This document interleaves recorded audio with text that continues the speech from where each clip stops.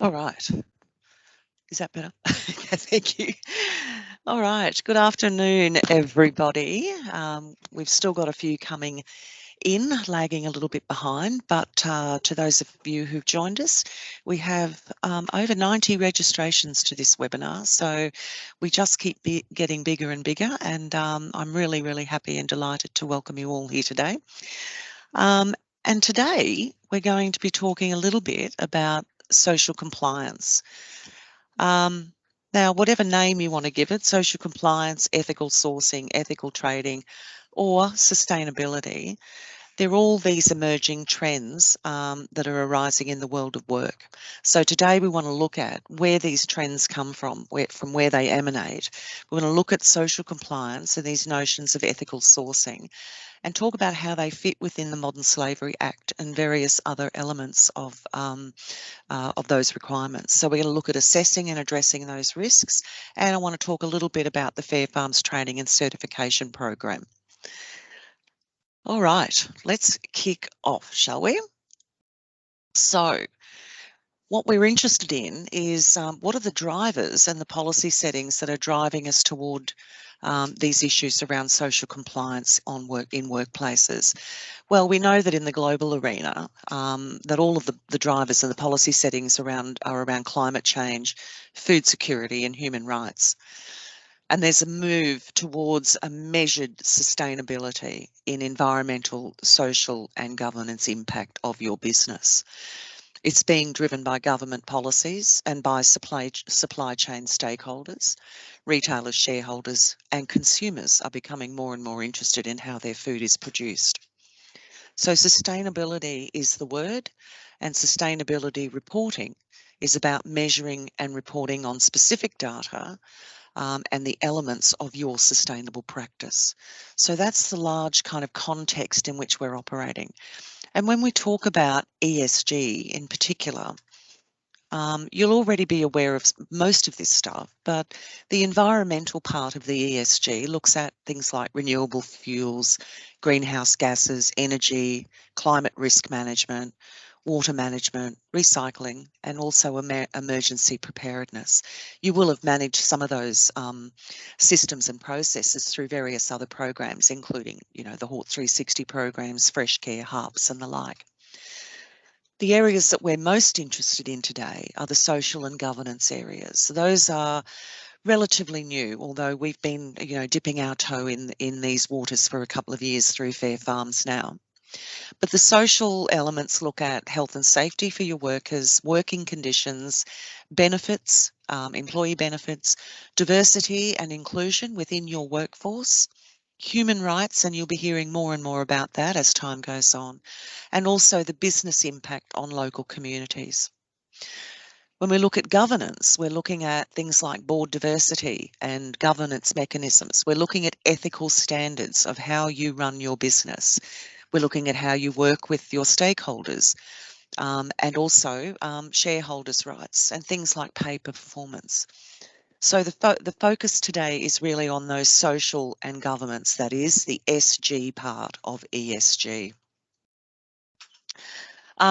So we start from the beginning, I guess, to some extent. The big driver for us is the Modern Slavery Act. Now, you might be asking yourself, how in the world would I need to report on these types of issues when I certainly don't have a consolidated revenue of more than $100 million? Well, you may not have, but your supply chain does.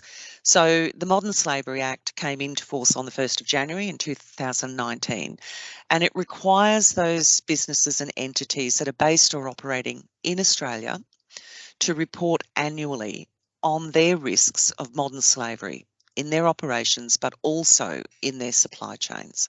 And they're also required to report on what actions they are taking to address those risks.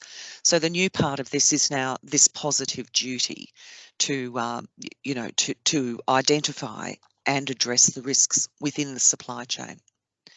But there are a couple of additional drivers behind these issues as well, and they include things like the International Labour Organisation conventions around work. So that brings together governments, employees and workers, and Australia is one of the 187 member states, to set labour standards, develop policies and devise programs that promote decent work for all people around the world. The other thing that underpins social compliance is the Ethical Trading Initiative. Now, this is a voluntary initiative, but large numbers of large corporate, global corporates have signed up to this, and it is founded on those ILO conventions around work. So it's internationally recognised as a code of good labour practice. It's viewed as a global reference standard, and it's used as a benchmark against which to conduct social audits and develop ethical trade action plans. And Fair Farms is based on both the ILO conventions and the key drivers of the Ethical Trading Initiative. And just for your information, those include employment is to be freely chosen. That is, people have to be able to accept work and deny work at their choice. There's freedom of association, so that is the right to join or not join an industrial association, and also these rights to collective bargaining. So that is allowing workers who wish to collective bargain in your workplace with you. Working conditions, obviously, they need to be safe and hygienic. Child labour is an issue. Living wages are an issue. Working hours are an issue, and that's one of those things, particularly in those, high volume, short season industries like mangoes, where they become a bit tricky. No discrimination is practiced, so we've got issues around discrimination, bullying, etc., that regular employment is provided as far as is practicably reasonable, and there are obviously exceptions to things around seasonal work, and that no harsh or inhumane treatment is allowed.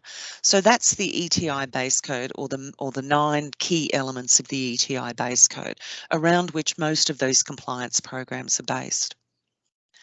So when we're looking at talking about ethical sourcing, it actually refers to the practice of procuring goods and services in a responsible and sustainable manner. So we need to take into account the social, environmental and economic considerations.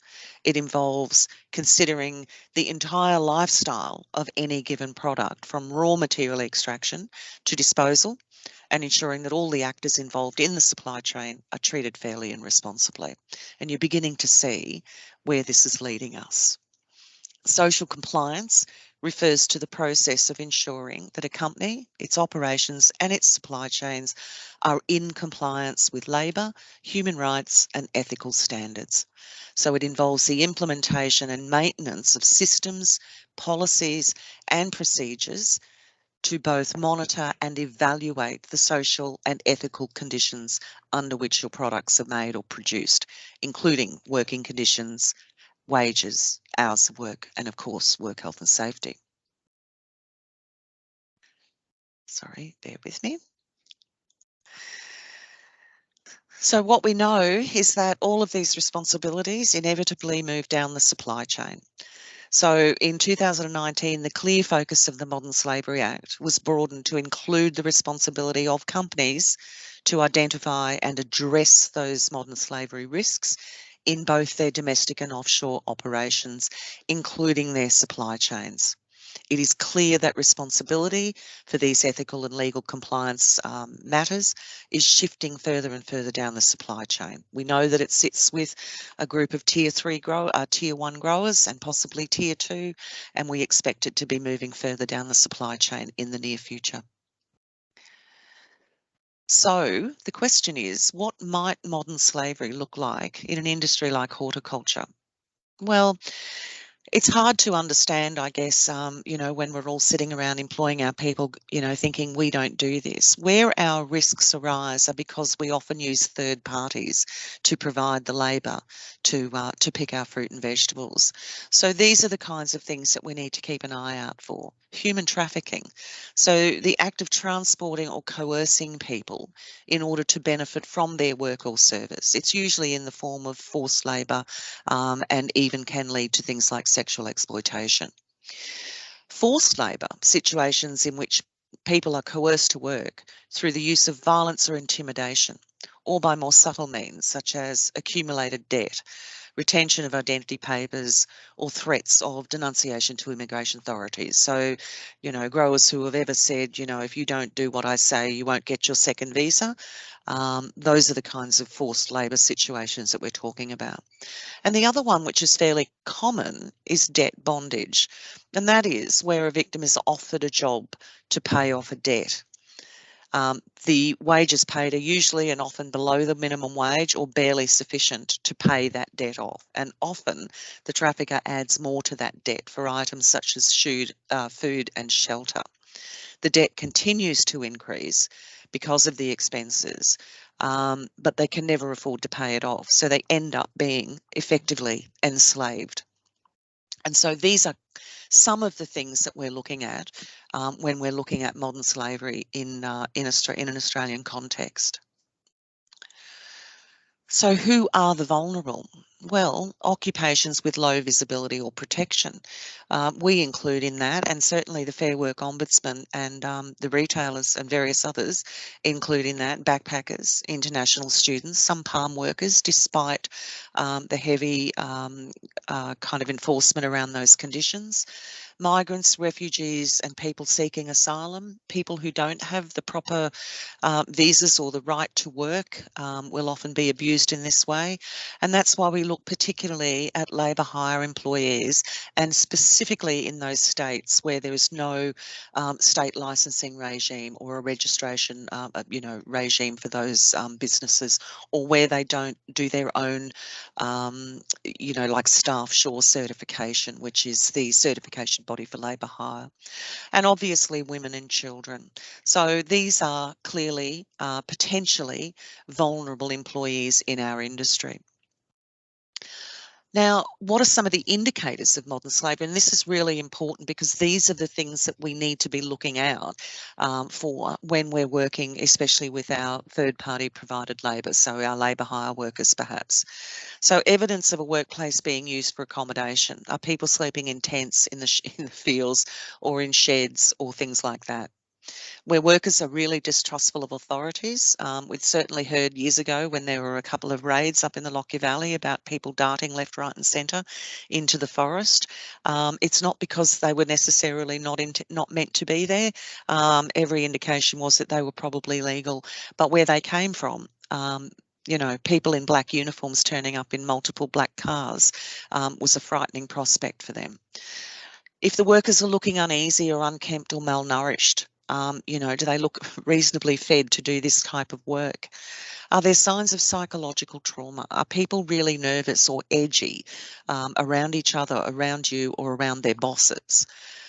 Untreated injuries. So if people, are hurting themselves in work, are those injuries being properly treated? Generally speaking, if they're in a situation that we're describing, those injuries may well go completely untreated or may not even be reported in the first place. Where there's evidence of control over the movement. So if people are being picked up and dropped off, now often a labour hire provider in particular, or a farm or an agent, will provide transport for those workers to and from the farm. We discovered a number of years ago, this is a fairly long time ago, and I'm desperately hoping it's not still happening, that we discovered that there were a group of workers who were having their shoes removed from of an afternoon. So they would be picked up from the farm, dropped out to their accommodation in the middle of the bush, but their shoes would be taken from them, and that was meant to stop them from running. So if there is that kind of evidence, that's a very extreme example, by the way, not the most extreme I've heard, but so if there was any evidence of control over their movement, either at work or out of work. Signs of substance abuse or misuse can often be the sign of a very unhappy worker, and that unhappiness may well come from being mistreated. And where workers don't know where they live. So if they're literally picked up and dropped off to work every day and they cannot tell you what their address is. So these are some of the indicators, pardon me, that we look at when we're trying to identify with workers on our property whether this type of treatment is occurring. So I just briefly want to have a look at, like, Woolworths have their responsible sourcing program. So some of their key things that they look at, they prioritise their supplier risk segmentation, and they do a lot of due diligence on their own brand and their fresh suppliers, and specifically including horticulture. And that's because in addressing their modern slavery risks, they identified the horticulture sector as having an inherently higher risk of labour exploitation due to both its seasonal nature and its reliance on temporary and migrant workers. So Woolworths, in attempting to, they are responsible to report to the Modern Slavery, under the Modern Slavery Act, and they need to demonstrate how they manage their supply chain. And what they do, of course, is they ask you to demonstrate to them how you are looking after their supply chain, and I suppose your supply chain. So the other thing that they drive is effective grievance mechanisms. So focusing on workers. So it gives workers an opportunity to raise concerns openly with their employer. And if there are effective grievance mechanisms in place, then they should have a trusted and effective channel to raise those concerns.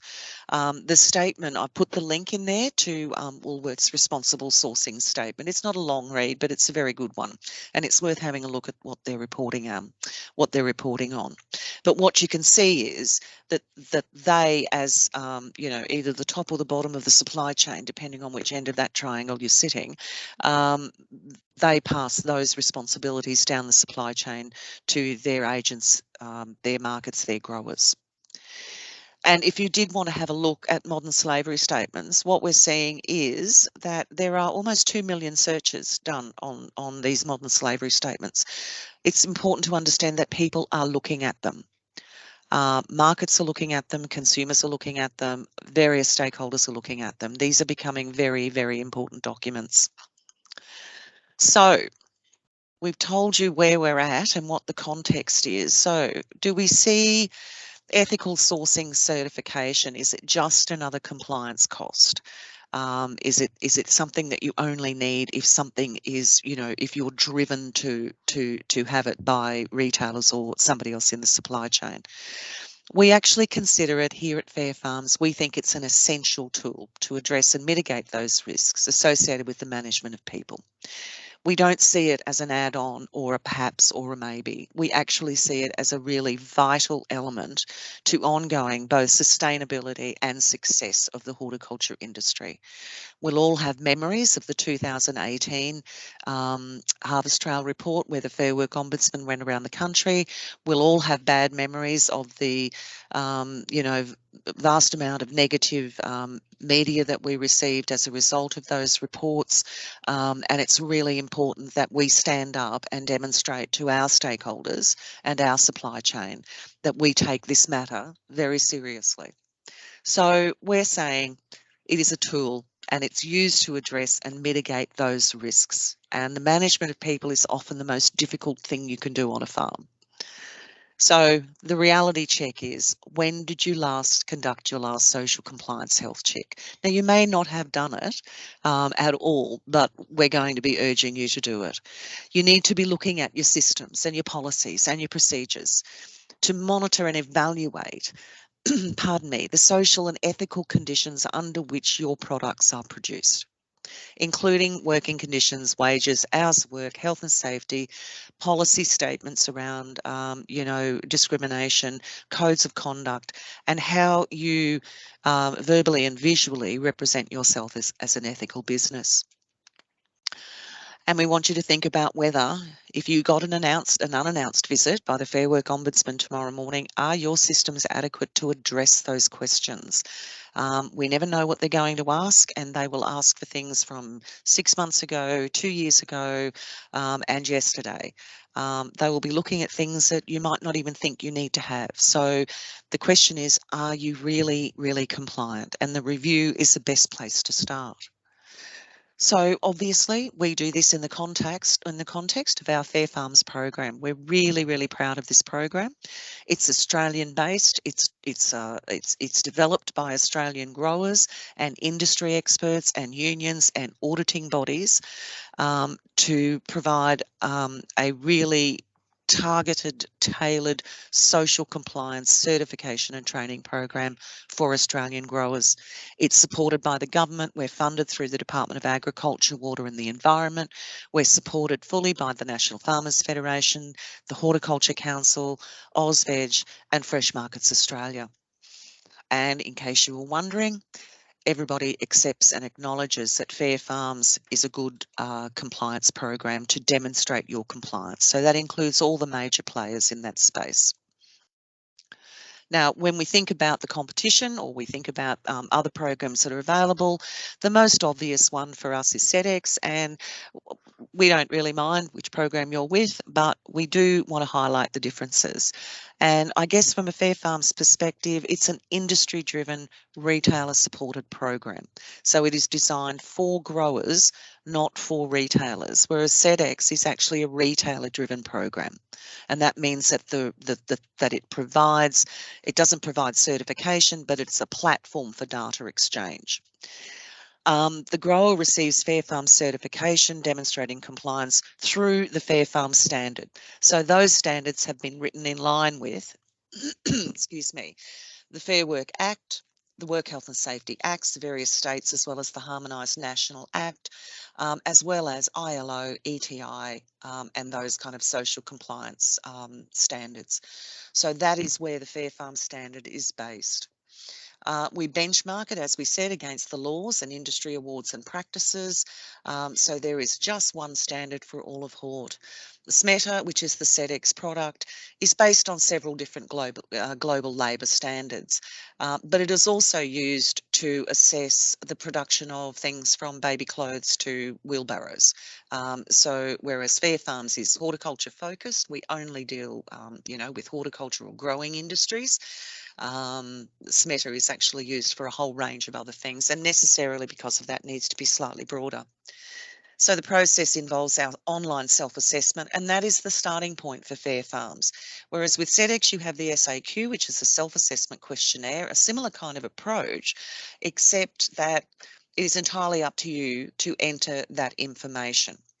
Whereas the OSA is the starting point. That means that it gives you an opportunity to identify and establish where you are sitting within the compliance framework of Fair Farms.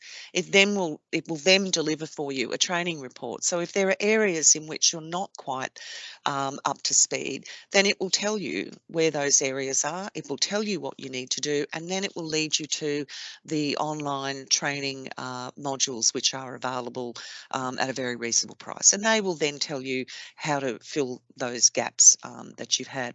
So it is the starting point. The SAQ is in some senses the point.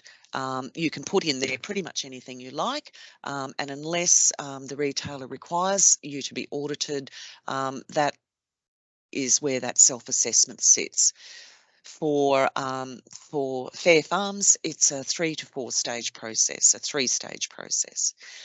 Just to give you an indication of how successful we're going, we're covering about 13,000 staff. We have got members in almost every state in the country, and we're growing every day. So let's just look a little bit at the certification pathway. So this just tells you how Fair Farms manages to help growers getting ahead of the curve. The first thing we always ask you to do is to map your supply chain and identify your potential for a risk. So that might just involve you looking at everybody from whom you buy and to whom you sell, and as well as your labour hire providers, your transport, all of that thing. So look at your supply chain, just map it all out. and then see where there is potential for risk around some of these modern slavery issues. Have a look at your current employment policies and practices to assess whether they can adequately assess and address a risk like modern slavery that we've just talked about, and understand the requirements and take action to identify those risks. So, for example, you want to have a look at your labour hire providers. Are you in a licensed or unlicensed state? Do you have a written agreement in place with those? Are those guys certified under their own staff sure program or otherwise licensed within the state regime? Um, Look at your induction and managing practices, how you actually manage those workers, how you induct and train workers. Have you got sufficient policies in place to make sure that those requirements are now being met? Record keeping is the biggest, most important thing you can do. Keep an eye on what kind of records you're keeping. Do you need to keep them better? Do you need to keep more? Visa checking obviously is important, and then we'll look at things like codes of conduct. Those are where you make your statements of intent about being, socially compliant and an ethical business.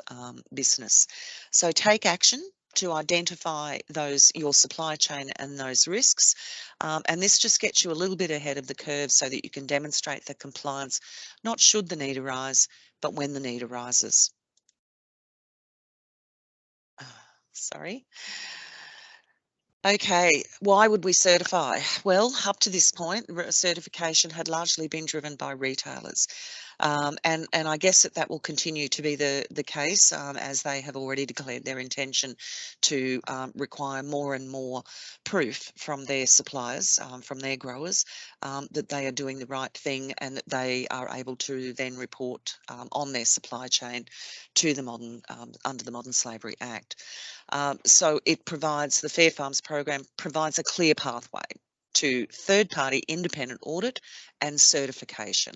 And what it allows you to do is to demonstrate your commitment to both fair and responsible employment practices, but also to your workers, to your customers, so whether that's a retailer or an agent or a central market, and to consumers and the community. Everybody wants to know they're eating clean, green product that is produced in an ethical business. So we take it all the way through to certification. When you look on our webpage, you'll see this covers off the main key elements of the standards. So we do things in here around labour hire providers. We look specifically at the conditions of employment as they are set out under the Fair Work Act and the Horticulture Award. We look at what you need to do in terms of record keeping, etc., etc. So all of these are the key elements of the Fair Farm standard, and the training follows this standard and the audit follows this standard. So how do we move through it? Well, the flowchart is fairly straightforward. You register your business through Fair Farms. That's a very generous $150 a year. You do need to do that each year, and you do need to do your online self-assessment. So that's your starting point. We ask you to do the online self-assessment each year, whether you move through to certification or not, because that is one of the really important training elements of this program. So you register, you undertake your online self-assessment. That will take 2 to 3 hours, and that will then put out a report that will tell you where any gaps in your practice has been identified or your policy keeping, and then that will then recommend training for you. Now, training can be done in any number of ways. We have online modules ranging at about $25 each, so they're very, very reasonable priced. But you can also speak to the workplace relations specialist, Amanda, or myself to arrange some one-on-one training or training like this, Zoom meeting training, or we can come out to your farm and do it face-to-face with you. So there'd be a cost associated with that, but if you feel more comfortable with working with one of the Fair Farms officers, then we can certainly arrange for that to occur. Once you've done your training, you are then ready to go to audit. From that point on, we step back and the auditors come in and you arrange an audit. You need to arrange for that to occur during a season, during peak season. So when you've got your most workers on board and you've got, and then you will arrange that with the auditor, and the auditor will then arrange a time for you to undertake that audit. If that audit all goes well, then you may well be ready for certification. But if there are some things that still arise out of that audit, like corrective actions, then once we've got all those completed, then you go on and receive your Fair Farm certification. That then allows you to advertise yourself as Fair Farm certified. It's a very marketable asset to have in terms of advising employees, particularly in times of labour shortage. It's a useful recruitment tool, and obviously it's the best way to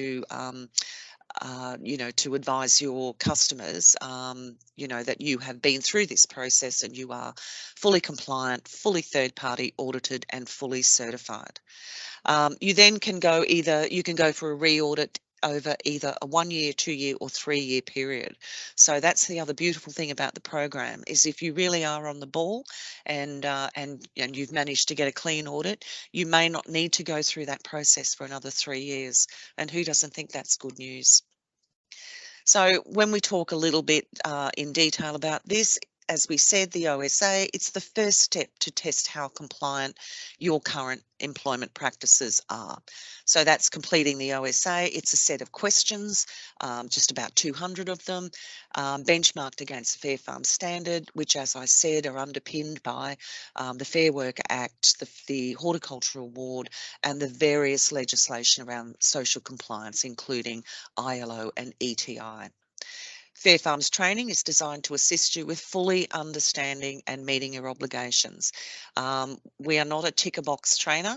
Our goal is to take our growers on a journey to a successful audit, and this is why we put so much focus and emphasis on undertaking the training. Don't underestimate how complicated some of these issues can become, particularly if you're not familiar with them. So it's really important, to take full advantage of the training that is made available. As we said, participants who then seek certification need to undergo an independent third-party audit and clear any findings that are found. And then that will be conducted by one of the certification bodies, and they will assess your employment practices. We never know on any given day what an auditor will be looking for. We certainly know that they audit to the standard, but they might be looking for different things on different farms, and depending what you grow as well. So it's really important that you work really cooperatively with the auditor to ensure that you get the best audit experience. Once the audit's completed, you'll be issued with a Fair Farm certificate. We also provide you with a big fence sign so you can advertise yourself. And as we've indicated, this recertification cycle can be either 1, 2 or 3 years, depending on the outcomes. And finally, the certification bodies, we now have 5 on board. So you do have a choice of who you go with in terms of both cost and service that's provided. So that's the program, that's the Fair Farms program, and that is we've come to the completion of today's webinar. My contact details are on the screen. If you'd like a copy of this presentation, we will be emailing the link to this presentation out to everybody today. So I don't know if we've got time for questions. We've got time for 1 or 2 questions. Do we have a microphone on? The question is, do we have mics? Okay. If we don't have a mic, please feel free to pop your question into the chat function. If you have a look at the top there, you'll see that there's a chat function. We've got a couple of minutes left in this webinar. So if you have any questions, please pop them in that chat. If you don't get to that, you've got my email address there, you've got my phone number there. Please get in contact with me. I would love to talk to you about our program. I'd be happy to come out and meet with a group of workers, employers in a region. I'm happy to. There's a question regarding combining audits for quality and compliance. I might have to ask Sachin if he will answer that one for me. Thanks for the question, Monica. Yes, there has been a discussion about combining food safety, other audits, and social compliance audit. However, at this point of time, it is not possible because the prerequisites to become a social compliance auditors are quite different. The skill set of auditors is quite different from the other programs. However, there are discussions underway to make it more streamlined. There we go. I hope that answers your question. So I guess the answer is no upfront, but hopefully in the not too distant future we'll have that. Okay.